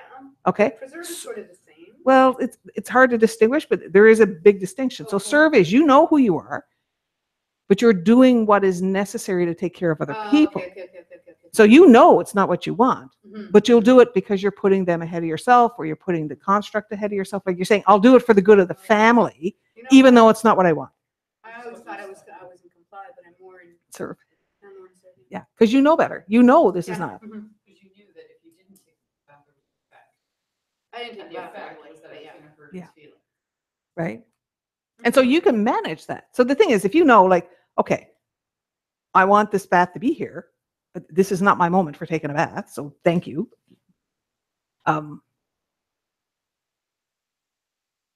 He's obviously created in his head that proof that you like what he did is that you have a bath. Mhm. That's what he's created. Yeah. And so that's the part you have to unravel. If Yeah, you we sort of did unravel it, but I thought, is that a precursor like to everything? Because So they do puppy, and you don't want to break that. Well, okay, you can break it if you want to, but I think it's really useful. Okay, just like feel free. But it becomes strategic, Right? To keep that. Really, really useful. Okay, and so you just have to be aware, which is, don't randomly ask for bathtubs and not realize it. Like because Be more this is use the force for good, Luke. It's that, right? And you didn't even know you did it, and No, until I saw it and went. and that's the responsibility piece. Yeah. And you go, oh, look what I did. Oh, wow. Mhm. Right? You manifested a tub. It's beautiful though. I'm Right? just thinking a tub outside ain't happening. Well, it's very secluded. No, we're It's not. and Yeah, it's yeah. on a platform Yeah, overlooking the yeah. lake, like it's Yeah, just. and if needed, you could screen it in. There's all Yeah, sorts of That things that could. lovely thing, the mosquito net. Yeah, you could get a drape one, and pardon? you can get the drape ones, and you can Yeah. open it if you want or close it if you Yeah, want. Like, yeah, well, see. I did. it's okay. We did that, Don't we go talked into about the details. mosquitoes. When It's I said okay. that about mosquitoes and stuff and. But it could be Yeah, as easy so as then just the saying, net I'm went out. hungry, and then he Oh, goes, he's "Oh got my a net. God." Yes. He's got a net and twinkly lights. Next time you go there, Right? Or I didn't want that to eat. For the wind. Right? And that's the challenge, right? It'll become the greenhouse. See? So Tony said, it's like you say, oh, I'm hungry, and he runs off to get you something to eat. You're like, yeah, but I'm in the middle of something. I don't want to eat now, Or I don't want to eat that. or I don't want to eat that. That's what I said. I don't want to eat that. But then you're like, Right? That's- glad you made that. see? I'm all tasted. Yep. Right? I'm a bit fussy today. See? But that's protecting the puppy. not you, it's me. right? No, but I suppose in a case like that, I could say, I'm really hungry for. Oh, you're not gonna really have a snack. If you realize, and there's the key, you have to realize, Like, as you No were way saying the you're asking scenario, for the I'm green going, box. that's a scenario that would absolutely happen. right? Totally But happen. how do I manage that? Oh, maybe. Take tell 'em I'm hungry for responsibility. Something. That's right. Manage the Being puppy. responsible Right? too, though. And so think about this, because you, Yeah, but the thing is he. she has a puppy, so it's okay, right? The Yeah, metaphor never works mind, for okay, her. That's fine. No, but he's not, okay, but yes, I understand what you're saying. So the thing is, you wouldn't dream of having your puppy try to read your mind, No. but you expect him to. And that's a norm. No, yes, maybe, and it's also, I'm so used to just doing things on my own Yes. time, in my own Yes. way, in my own Yes. space. Yes. Sharing my space, I'm like, Yep. Right. that I wouldn't even think twice about saying, hey, you know what, I'm hungry, I'll be there. Right. Not, so that's a skill set to learn too, is how do you It's- share that space of, That's because right. if I don't learn to do that, I feel that I'll always be lonely. And- Because it means that I really won't accept anybody Mhm. around my fire. Because I they like my can't- fire, I like my They space. cannot meet your requirements.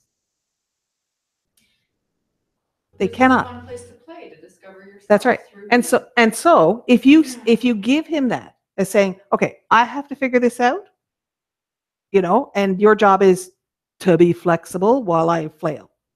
If you give him that, then he knows his job is to be flexible. That's his Right.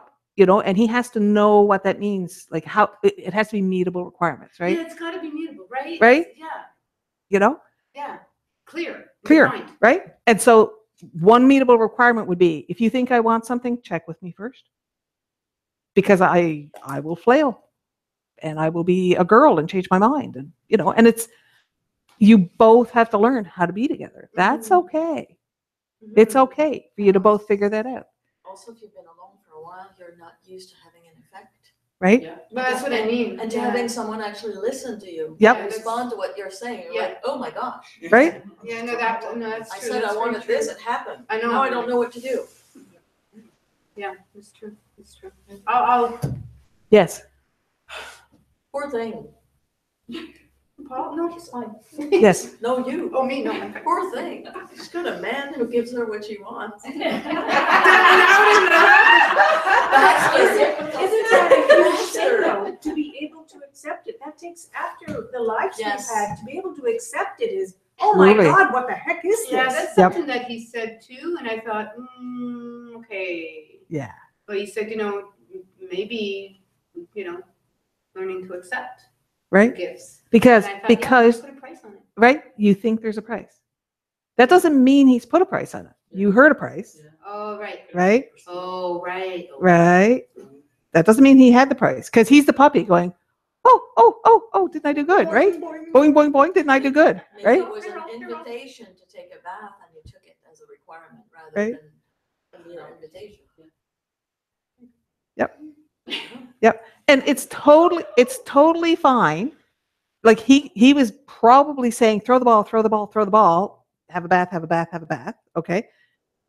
But think about, how do you deal with the puppy when they're doing that? You either throw the ball or you say, not now. And both of those responses are okay. The problem is with the puppy, you're totally comfortable saying not now. With him, you weren't. Mhm. That's on you. That's not on him. And so, Yeah, no, absolutely. I agree Right? with you. and so it's about you learning to trust yourself to say, I will figure this out. I'll figure out why I'm twisted up. I'll figure out what I need. And then I'll tell you, be aware, I'll get twisted up and it's okay. That's not on you. Okay. And so as long as he understands what you require, he can feel successful, It's true. right? And that's what he needs from you. He needs the capacity to feel successful, Mhm. right? Mhm. Okay. Is like digestive stuff going on? Like, is it also related to the thing, and it's just like No, not it's wanting this. to access the resources? No, it's the lonely stuff. You're reacting to that. Sorry. That's Having an effect again. It's not Right? You, it's not you, it's me. It's not you, it's me. I didn't place an affect. You just have to be in the room. Right? So think of it. So solar plexus chakra, I discover me, which is you discover you in relation to. And sacral chakra is I am me. And then base chakra is I am safe. So let's see, all of that's now in conflict, right? No, I don't want to discover me in relation to.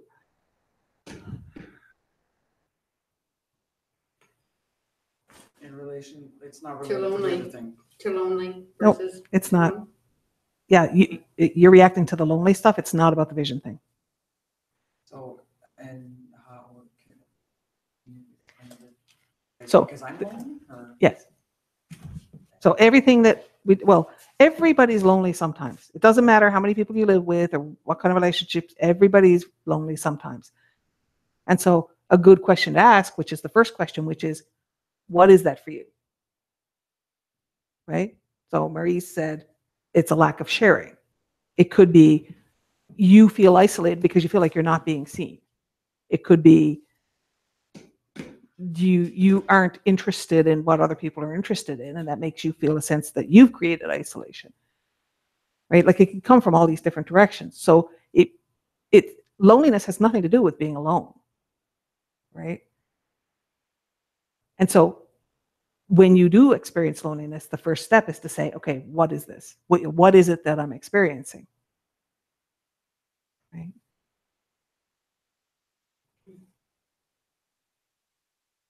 Somebody was asking me about all the social media. Like, why are we doing all this social media stuff? What's up with that? And I said, well, this is a place for people to expose their self-image and have validation of whatever form comes. And that's what they're doing. Like, if you look at what people, besides the people who are advertising business and stuff, if you look at what people are doing, they're saying, look, this is my self-image, good, bad, whatever. And they get responses to that, or a lack of response to that. Right? Post something about a puppy and you'll get 200 replies. Post something important. Nothing. Well, because people are afraid to expose themselves, right? Doesn't mean they don't read it. Doesn't mean they don't read it. And I've had people say to me, that they'll put responses about popsicles and things. They don't necessarily comment on something deep, and they'll say, otherwise. They'll say, and I saw that and it was really important, but they wouldn't put a like or something because they're afraid. They're afraid to expose that part of themselves, which is just interesting, right? Because that's the self-image again. It's also being vulnerable. It is, right? They're afraid to say, this is who I am. And that's fair because, The public It's forum, true, though, they're I mean, it's vulnerable not- too. and that's appropriate, Yeah. right? That's appropriate. Andrew says in his book, Vulnerable, basically the book says, you must protect your own vulnerability. You can't assume other people are capable of that. Mhm. Which is, the obvious example is, don't tell your secret to someone who might pass it on. You have to take responsibility for giving that person your secret. You did that. You have to evaluate that person and decide if they can be responsible for your vulnerability.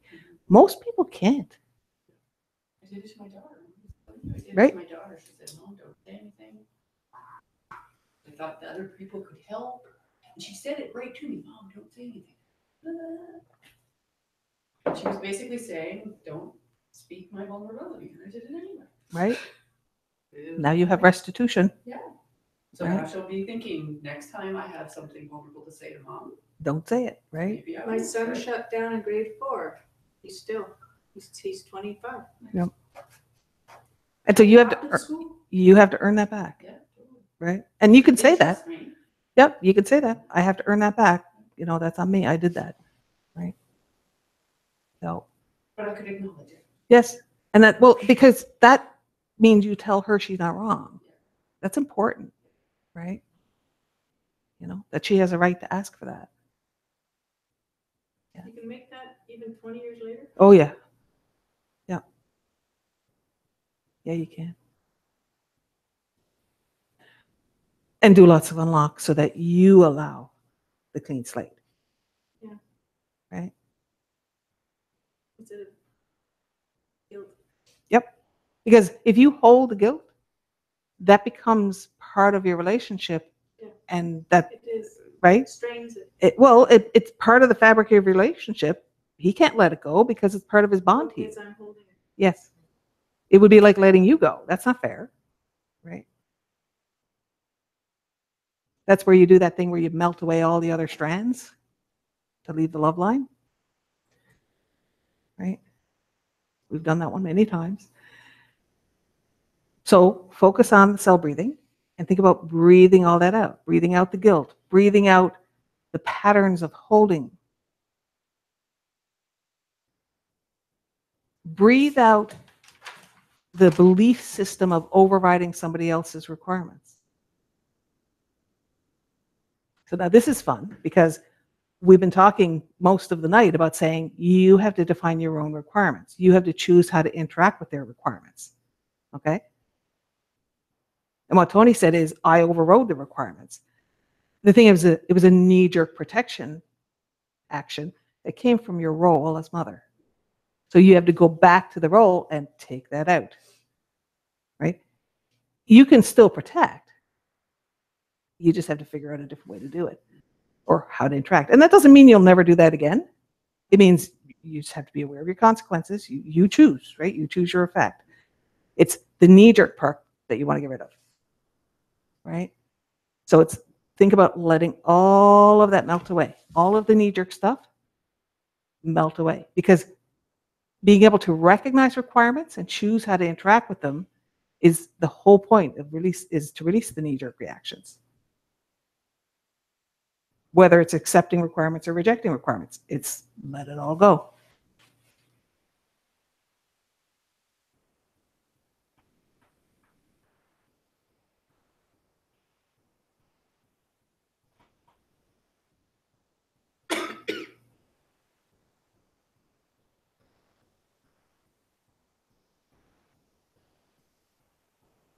Any pieces I'm missing?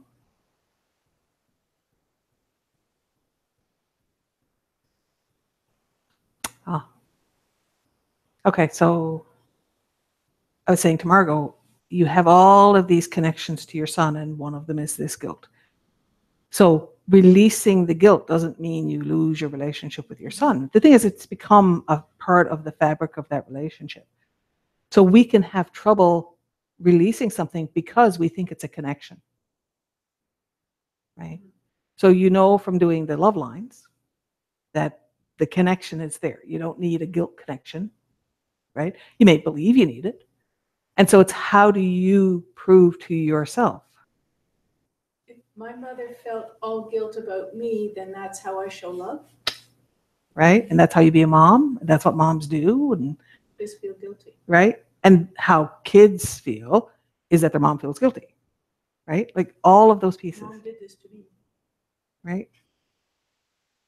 So if your job as the offspring is to feel the pressure of your mother's guilt, then that's how you be the offspring, right?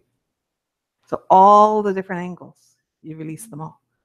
So think about letting the breath flush all of that.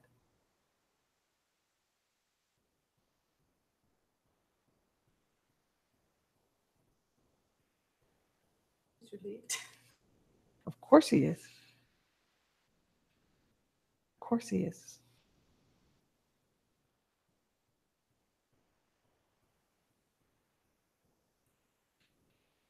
So every person that you have a connection with, you have built connections based on who you think you are, who you think you should be, and who you're afraid you are. You've also built connections based on who you think they are, who you think they should be, and who you're afraid they are. All of that, right? And they do the same stuff from the other side. So what if you're willing to just be with who they are? So think about letting your breath melt away all of that stuff about connecting with shoulds or fears, and allow yourself to discover who you are, to discover who they are, and to be willing to interact with that.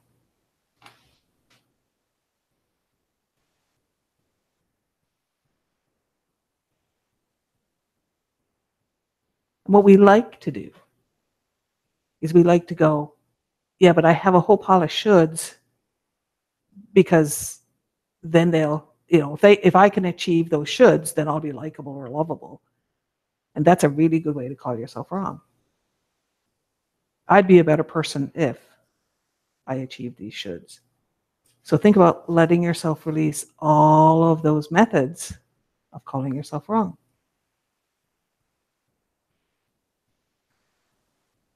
Okay, and how you distinguish between, okay, I have a goal versus a should is whether there's a judgment attached to it.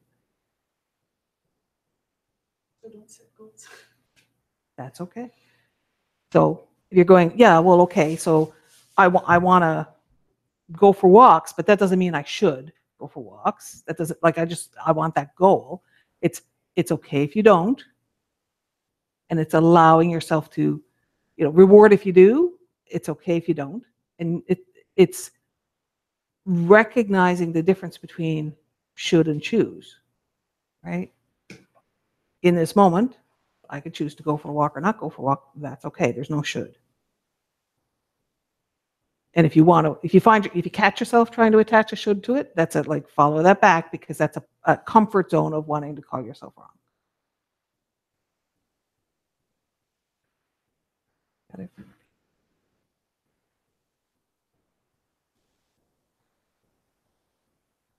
Yeah.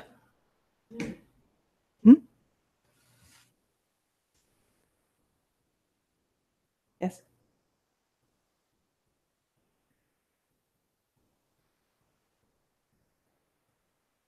It's people do want to be loved. The problem is they don't know how. And you're grieving for that. So They can accept it. Yeah.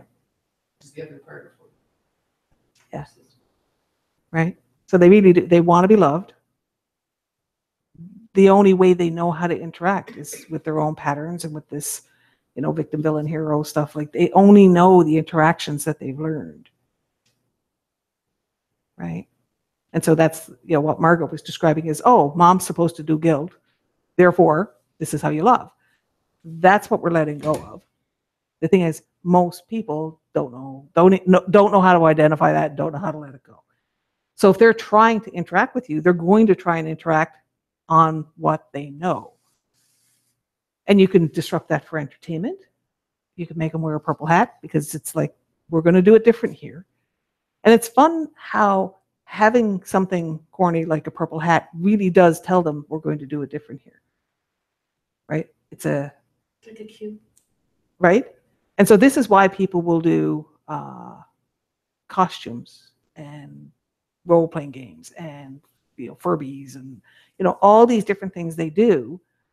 It's a way for them to say, okay, I'm setting aside my patterns and I'm going to create this other persona, and it's a method of discovery, right? So I know, it's been a long time for all of you, but when you first learn about the limbic system, way back when I'm saying, okay, there's this thing and it's part of you, but it's basically, it's got its own mind, if you will, part of your mind, but really, and you discover it and you're going, oh, look how differently that thinks to what's running through my thought process. And you start out with this, like, it's me and this thing that, is disrupting me and causing behaviors and emotions and stuff. And over time, you start to realize, wait a minute, no, that's me. It's still me. It's just not the conscious part of me. And everybody goes through that process where they have to figure out, like, oh, no, that's me too. That is me. Because you always start out with that step aside because you have to learn.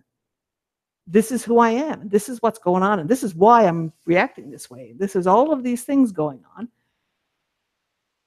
And as you learn it and are able to accept it, then you're able to integrate it as part of your self-awareness. But until you can figure out what's going on, it's like you have to have a step distant just to observe it. Yes. I had that happen because Reese Butler would do all sorts of fun things that there's no way Margot would ever do. Yes. And over time, Margot and Reese are the same person. Yeah. And I can do as I choose either side or none of them. right?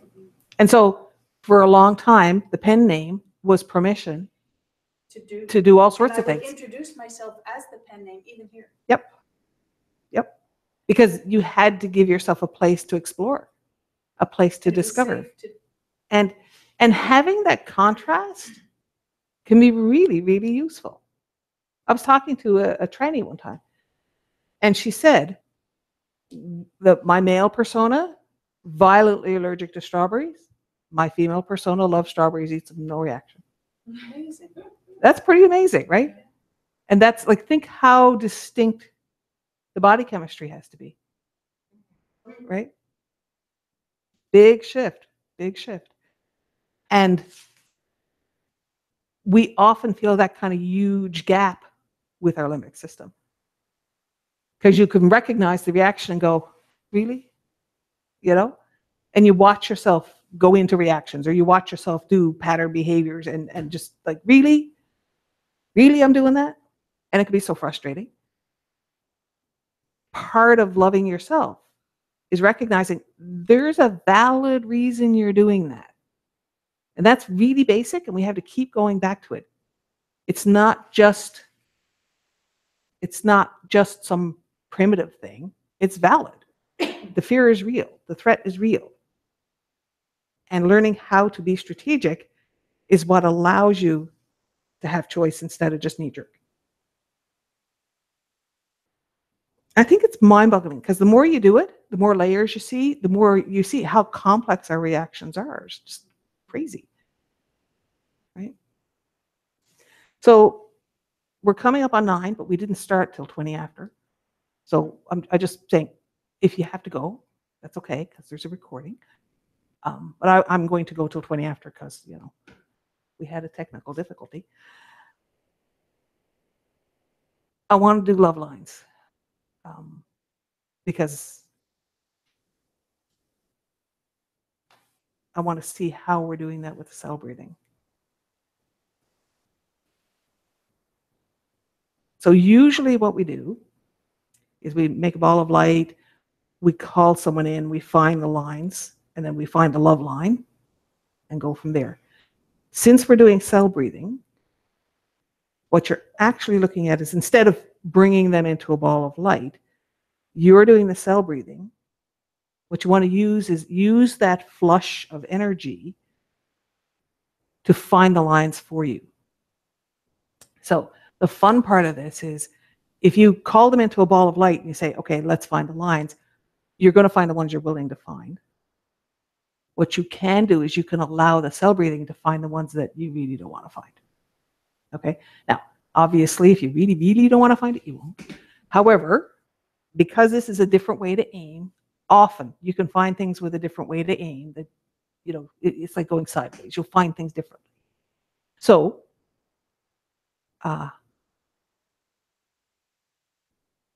think of someone that you have a probably kind of close but complicated relationship with. So that could be a family member. It could definitely be a family member.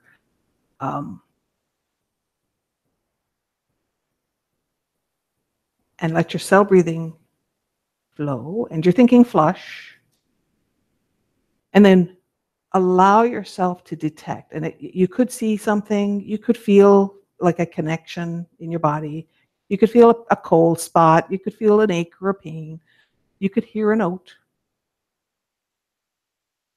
Because the flush, if it finds a line, it can twing it, you know, like a harp string.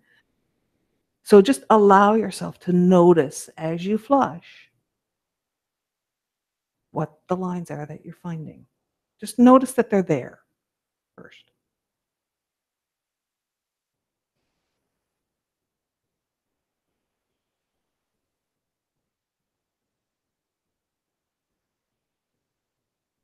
Yes, they don't have to be alive. Yes, it can be a critter. I'm so confused right now. What are we doing? So pick a person that you just want to try this with. And then what you're doing is you're allowing the cell breathing, when you flush, to find the places where your energy is connected to that other person. So there's every single person you will have a love line with, regardless of the relationship you have. Even if you would rather drive a stake through their heart, there's still a love line there because you both have a soul. The thing is, there's other lines. So the lines could be, anger or guilt or obligation, all those other things exist. And so what the flushing does is it's like spraying hairspray on the laser lines in a security field. It'll light them up for you, show them. You may hear them, you may feel them as a sensation in your body. It depends on how your energy talks to you. How you want to perceive, and you may get nothing. That's okay. It's always about intent. I think you will hear notes. It's almost like there's strings there that are being played by it, right? So that when you find lines, allow yourself to find the one that's the love line.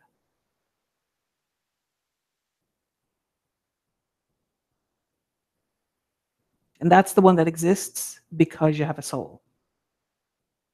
It doesn't determine their behavior, it doesn't determine yours, it doesn't determine relationship, it just exists because souls exist. So just notice that. And then pick one of the other lines, because anything that isn't the love line is part of a structure, part of a program. So just pick one of the other lines and just let yourself know. You can either touch it and hold it and ask it, or just let the awareness come to you, or hear what it's playing to you. Just ask the line, what is this? What's in this line?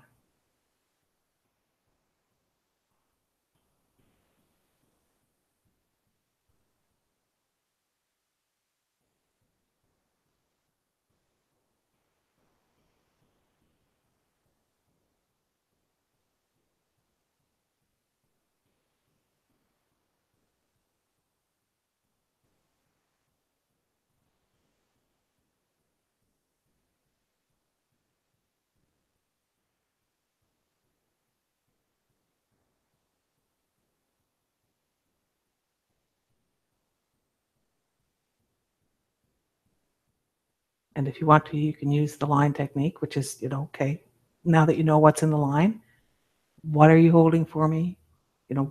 Why? Why are you holding this?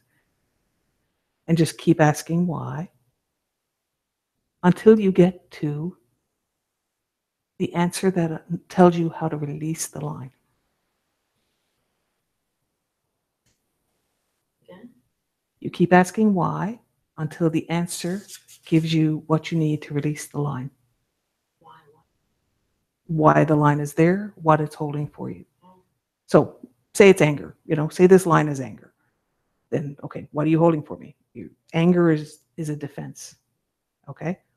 Why do I need a defense? Because they're a threat. Okay. Why do I need to hold anger? Because that hurts, right?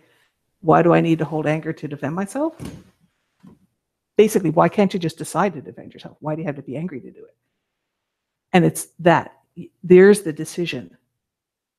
If anger is there as a defense, how do you allow yourself to defend without anger? To just say, you know what?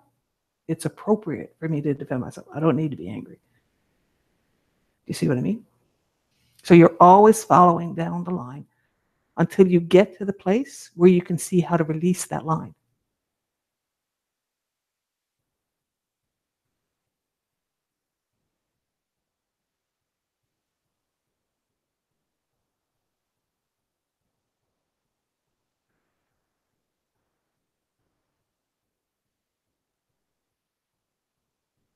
You can do this with patterns. You can do this with emotions. You can do it with any connection.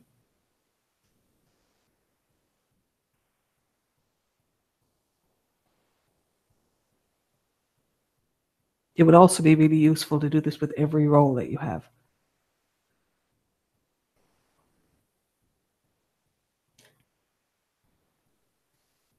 Is that a question that you don't know how to form? Because you look puzzled. Yeah. I have a bunch of lines that I can name. They're kind of self-explanatory. When you ask the why, my lines tell the story, I think. Yes. And so the question is, are you willing to release them? Because everything that's held holds you, right? So in order to be dynamic, to be in a position of choice, like it's like being stuck in a spider web. You got all these lines holding you. So if you melt those away, then you're much more able to be discerning, be strategic, have something different occur. Yeah. But the lines that I'm seeing are more like facts, things that I observe and that are there, and Okay. whether I release them or not, it's still gonna be true. That's okay, because that allows you to be in the moment with it, as opposed to being stuck in the spider web. Mm. Right? So, Okay. because even if it's a fact, your perspective of it can change. Right?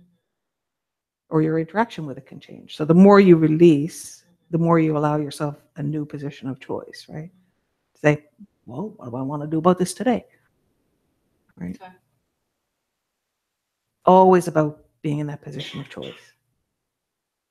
If it's attached to you, then it's an anchor and it limits your choices.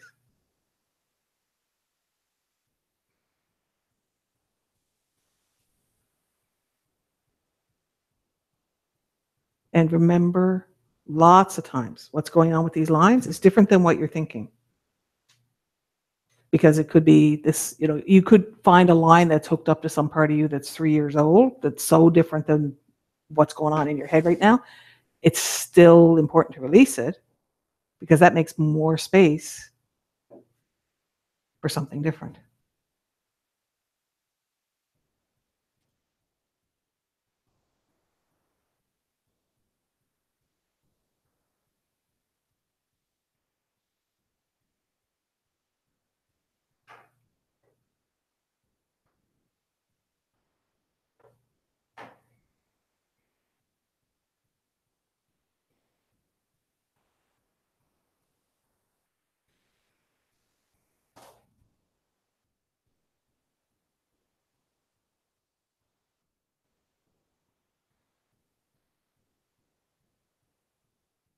That's cool.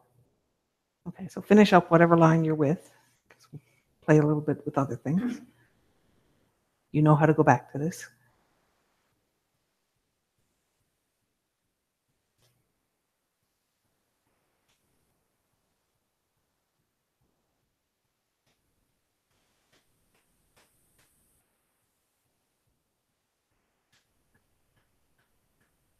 There you go.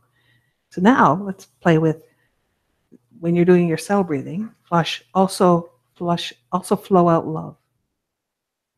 So just breathe in the light, breathe out love. And just observe how that affects the lines, and specifically how it affects the love line. What happens with that? Just notice what's going on when you breathe out the love.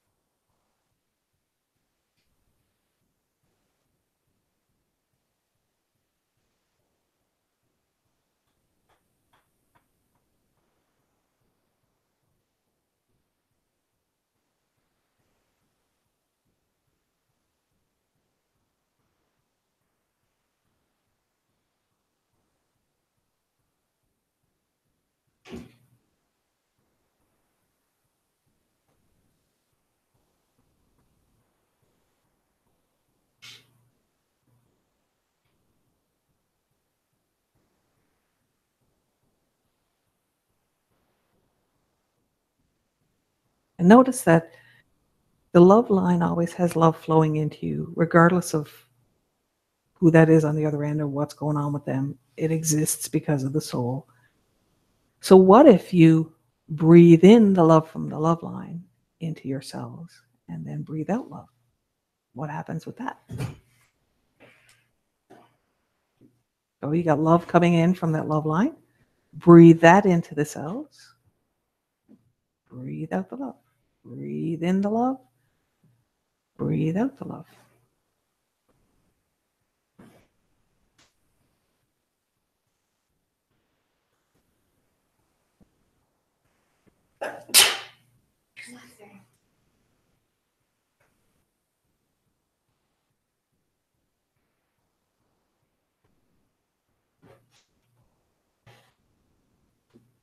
Now, just for fun, you found lines by thinking of this person.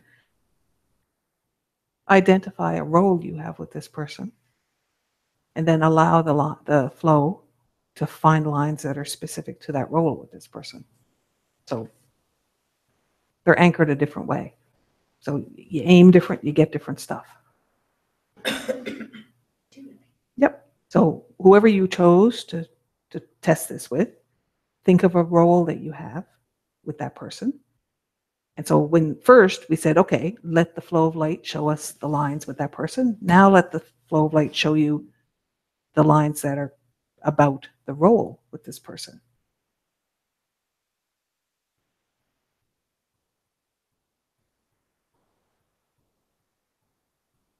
And see, I was going to do this in 2 steps, but some of you jump ahead. So there's the lines you have that are about the role you have with the person, and then there's lines they will have about the role they have with you. The thing is, you don't necessarily connect with the lines that they have about it, but you might. So if you allow yourself to see them, those will be things like their expectations, their definition of the role. There may be a line that comes from them that you've allowed to connect to you, then that's part of the role as well, intentionally or otherwise.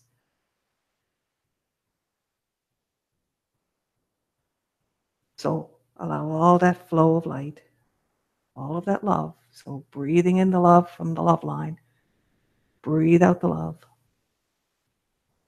You may want to gather information from the lines. You may want to allow the love to just dissolve it. You think about what you want, because this is your choice.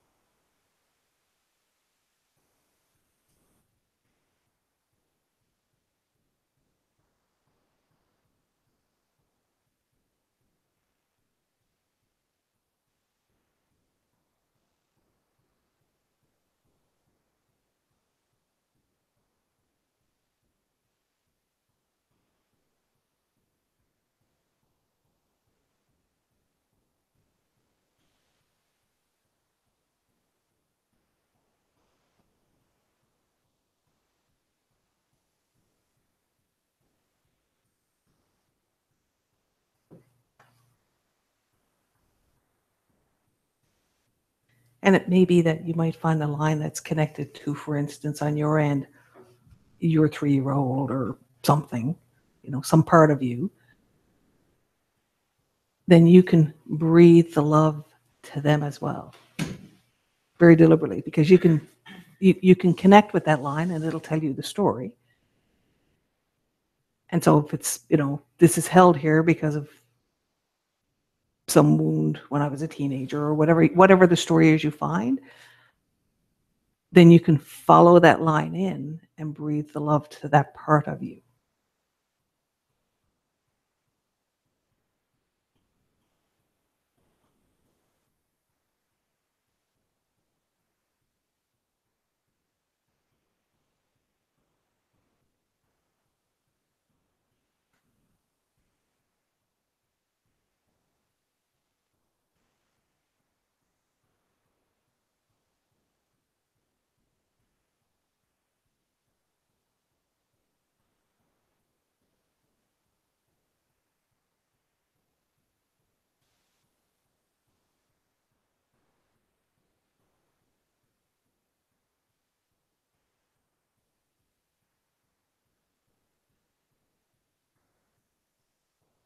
Okay.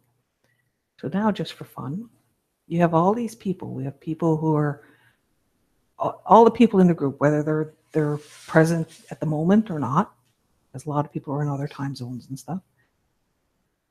Allow the light that you're breathing to show you the lines that they can see that you're not ready to see. Let them help you see lines that maybe scare you a little bit.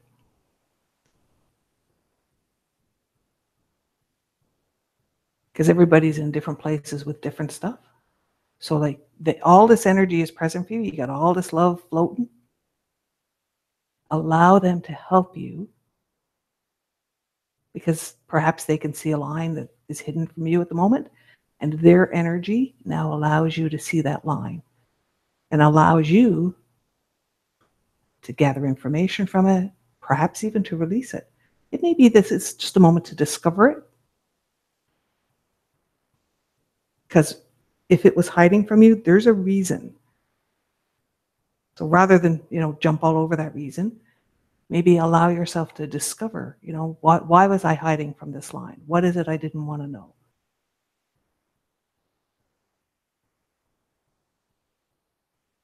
Why was seeing this line an unmeetable requirement for me?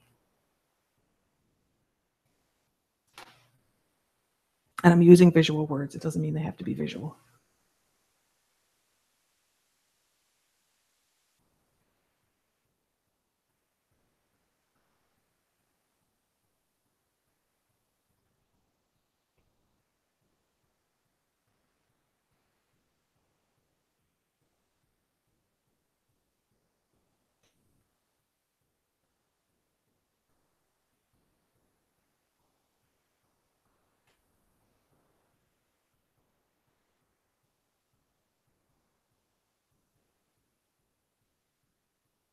Now think about all of that love that you're breathing out. Think about giving it to everybody in the group to help them go wherever they want to go with it.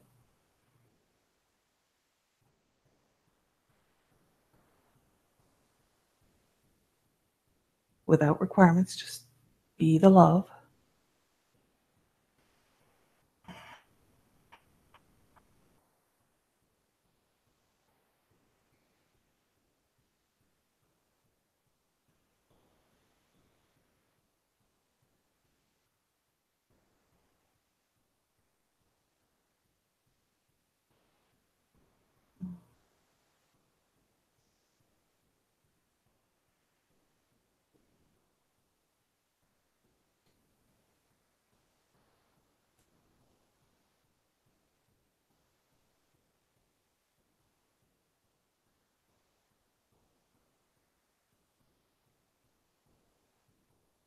And now let yourself focus on accepting that love that everybody's giving to you.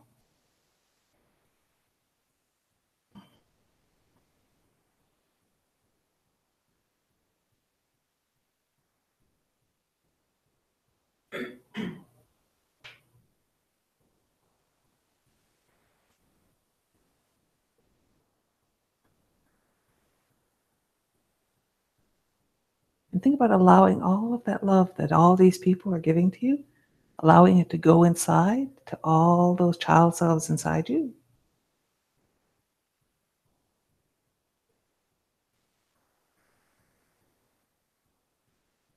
And allowing the child selves to express their love. Because have you got all these people who are willing to be loved? How cool is that?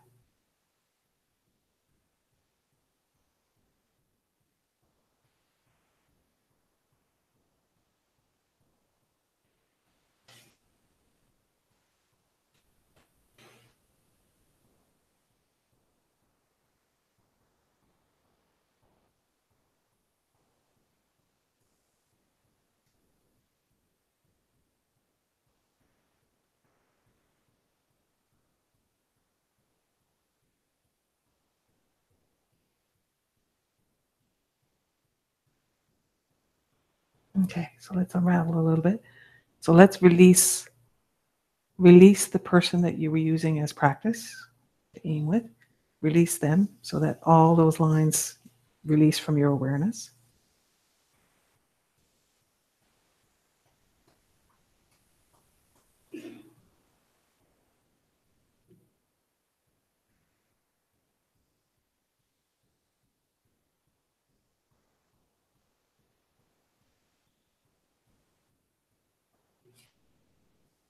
And allow yourself to use the cell breathing to flush out whatever needs to go. Because you did lots of stuff tonight. It's very cool.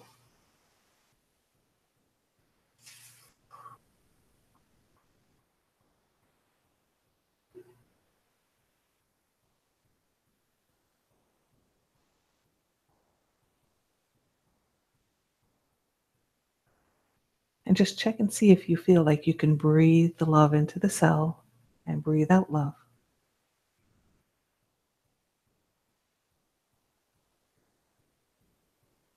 Check and see, do you feel like you can breathe that love into the child selves inside you? And whether they can breathe out love.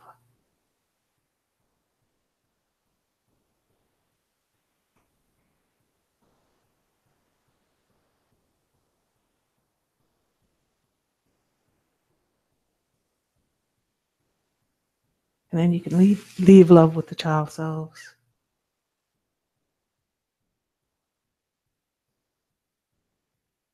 That's it. Just let yourself flush a little bit.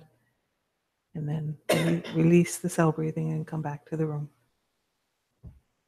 Whatever room you happen to be in.